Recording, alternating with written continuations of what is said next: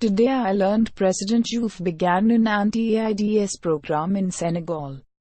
Before the virus was able to take off, he used media and schools to promote safe sex messages and required prostitutes to be registered. While AIDS was decimating much of Africa, the infection rate for Senegal stayed below 2%. President Diouf leaving office after losing the 2000 presidential election was also the first peaceful transfer of power in the country's history. And #X200B. Edit. First peaceful democratic transfer of power. In 1986, Diouf began an anti-AIDS program in Senegal. Before the virus was able to take off in earnest, he used the media and schools to promote safe sex messages and required prostitutes to be registered. He also encouraged civic organizations and both Christian and Muslim religious leaders to raise awareness about AIDS. The result was that while AIDS was decimating much of Africa, the infection rate for Senegal stayed below 2%. Complete response to AIDS. This is the toughest aspect of being a leader. Advocating for a policy before it becomes a problem. A genuine care for the common good. That takes intelligence, vision, and a personality that can rally people behind a cause. Kudos to this man. I wonder why this isn't common sense for leaders around the world. Senegal seems like an interesting place. Today I learned if you publish a book in Norway, the government will buy 1,000 copies, 1,500 if a children's book, and distribute them to libraries throughout the country. Time to finish writing The Elephant Who Lost His Balloon. So do you have to live in Norway or just publish a book there? I live in Norway, and even I did not know that. Norway is ranked number 1 for standard of living. Starts packing and planning move to Norway. Norway cities are 4,050% more expensive than New York City. Stops packing and starts crying. Let's see if my new book, 100 Reasons Why Sweden is Better Than Norway, passes quality control.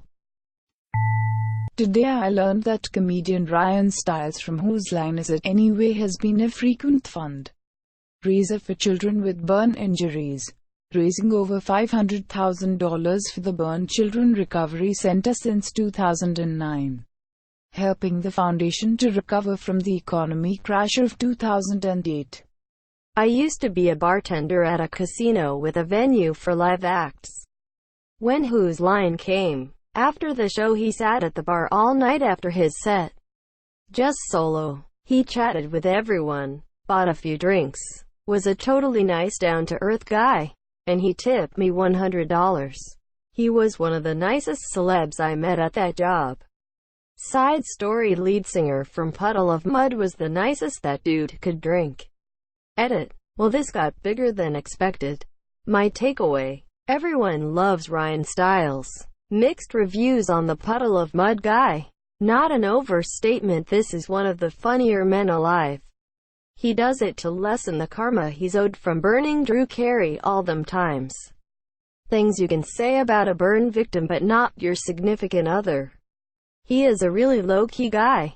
I lived in Bellingham for university and he tries to keep a pretty low profile.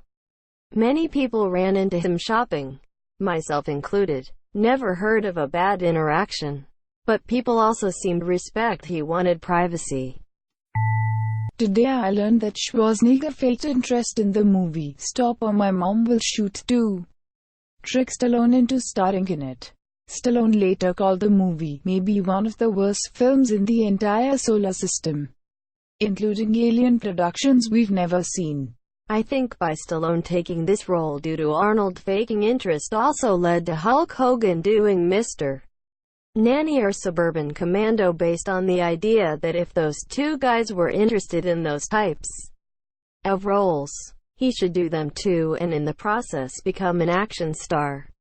In an interview with Ain't It Cool News, Stallone referred to it as maybe one of the worst films in the entire solar system, including alien productions we've never seen. That a flatworm could write a better script. And, in some countries, China, I believe, running the movie once a week on government television has lowered the birth rate to 0. If they ran it twice a week, I believe in 20 years China would be extinct. Fucking hell. My sides. While filming Predator, Schwarzenegger paid one of the wardrobe staff to casually let it slip to Jesse Ventura that he had bigger biceps than Schwarzenegger. Of course Ventura took the bait, and when he brought it up, Schwarzenegger made a substantial bet with him in front of the entire movie production staff. He then blasted Ventura out of the water with his Mr. Universe guns. The moral of this story is that Arnie and Jesse, the body, Ventura both became governors and are also immortal. There was this old SNL sketch I remember for whatever reason. Norm Macdonald was in a car wreck and Stallone, who was hosting, was the EMT or something. Stallone was trying to rescue Norman. He was screaming, but it wasn't in pain. He kept screaming cause he remembered Stallone was in Stop or My Mom Will Shoot. It was pretty hilarious. Wish I could find that sketch. I watched an interview with Stallone. I wanna say it was on Johnny Carson, where he started out his discussion of this movie with, "If I ever see Arnold in public, I'm punching him in his throat." Today I learned in 1959 a white man from Texas disguised himself as a black man and traveled for 6 weeks on Greyhound buses. After publishing his experiences with racism, he was forced to move to Mexico for several years due to death threats. John Howard Griffin was also a personal friend of many civil rights activists, and you should 100% read up on his life. Incredible human being. Black like me is a helluva red. When he started, he didn't think this would be a big deal. A simple experiment someone taking a sociology course might stumble upon. The scope of racism astounded him. And he grew up in Texas. The KKK tried to murder Griffin in 1964, 1975, They beat him within an inch of his life. He lived, but had hand to spend months in the hospital. Read that book in HS. We had a bunch of half-year history courses we could choose from, and Black history was one of them. Great teacher. Korean War vet in a wheelchair. Great course. And great book. Glad to see it get some recognition. Today I learned in 1714. A Norwegian captain and an English captain had a 14-hour-long ship fight.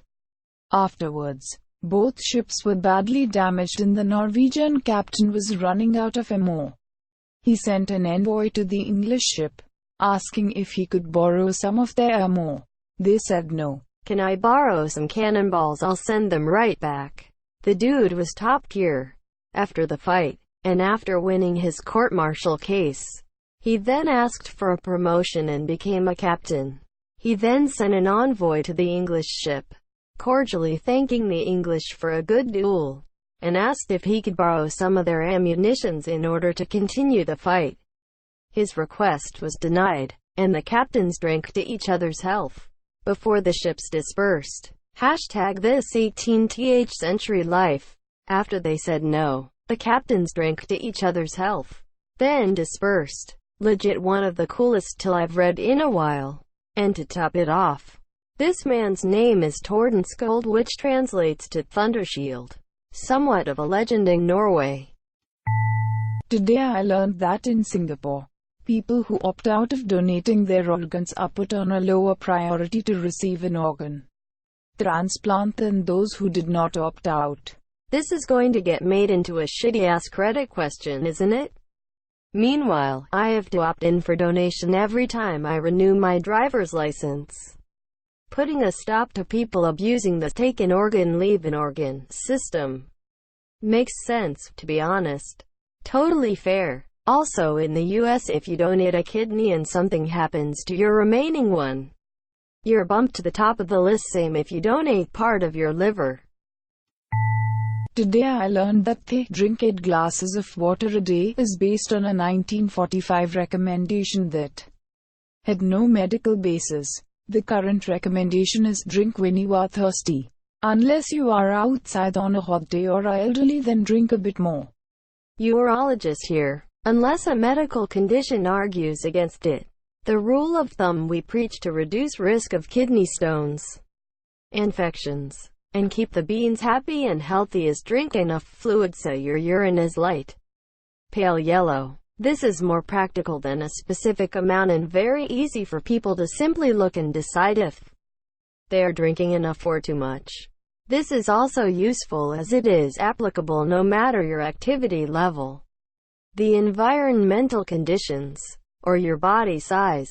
My hands used to shake a ton, all the way throughout high school till my early 20s. I went to the doctor and asked if something was wrong. He asked if I drank water. My response was, "You mean like plain water?" Within weeks of drinking a lot of water I was steady Eddie.